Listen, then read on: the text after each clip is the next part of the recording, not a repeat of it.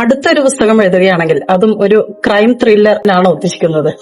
എന്റെ മനസ്സിലേക്ക് ഏതെങ്കിലും തരത്തിലുള്ള സ്പാർക്ക് വന്നു കഴിഞ്ഞാൽ ആ സ്പാർക്കിനെ പതുക്കെ പതുക്കെ ഡെവലപ്പ് ചെയ്ത് ഒരു ഭാവന കൊണ്ട് ഒക്കെ പോഷിപ്പിച്ച് ഒരു പുസ്തകമാക്കി എടുക്കാൻ കഴിയെങ്കിൽ അത് വരുന്ന, അതല്ലാതെ ഇന്ന പുസ്തകം എഴുതും എന്നോ ഇന്ന പുസ്തകമാണ് അടുത്തത് എന്നൊന്നും പറഞ്ഞപ്പോ മുൻകൂട്ടി പ്രഖ്യാപിക്കാൻ കഴിയുന്ന ഒരു അവസ്ഥയിലുള്ള ഒരാളല്ല ഞാൻ. ക്രൈം ത്രില്ലർ എഴുതുന്നത് കൊണ്ട് തന്നെ അതിന് റെഫറൻസ് മറ്റും ആവശ്യമായിട്ട് വരുന്നുണ്ട്. ഇതിന് എത്രമാത്രം വർക്കൗട്ട് ചെയ്യേണ്ടി വരുന്നുണ്ട്? സത്യത്തിൽ എഴുത്തിന്റെ കാര്യത്തിൽ ഞാനൊരു മടിയനാണ്. അതുകൊണ്ട് തന്നെ എന്റെ എഴുത്തിൽ വളരെ ഡെപ്തിലേക്ക് ഞാൻ ഒരിക്കലും കടക്കാറില്ല.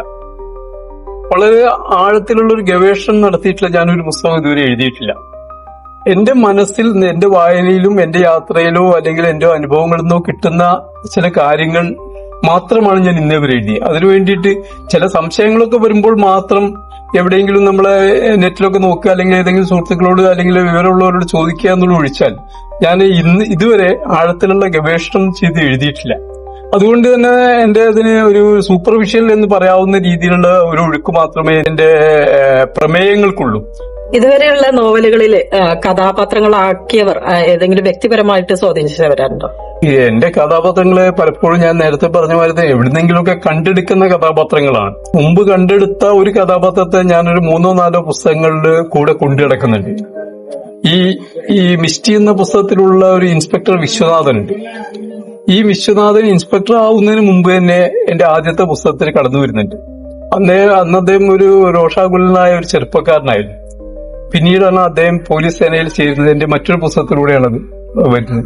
പിന്നീട് ഒരു 4 പുസ്തകങ്ങളിലെങ്കിലും അദ്ദേഹം ഇൻസ്പെക്ടർ വിശ്വനാഥൻ എന്നുള്ളത് സർക്കിൾ ഇൻസ്പെക്ടറായിട്ട് ഇപ്പോഴും നിലനിൽക്കുന്നുണ്ട്. അങ്ങനെ ആ ഒരു കഥാപാത്രത്തെ ഞാൻ കണ്ടെടുക്കുന്നത് കുടജാദ്രി എന്ന് പറയുന്ന വനപ്രദേശത്ത് ഞങ്ങൾ ഒരിക്കൽ ഒരു 30-40 വർഷങ്ങൾക്ക് മുമ്പ് പോകുമ്പോൾ കണ്ടൊരു രൂപത്തിൽ നിന്നാണ്.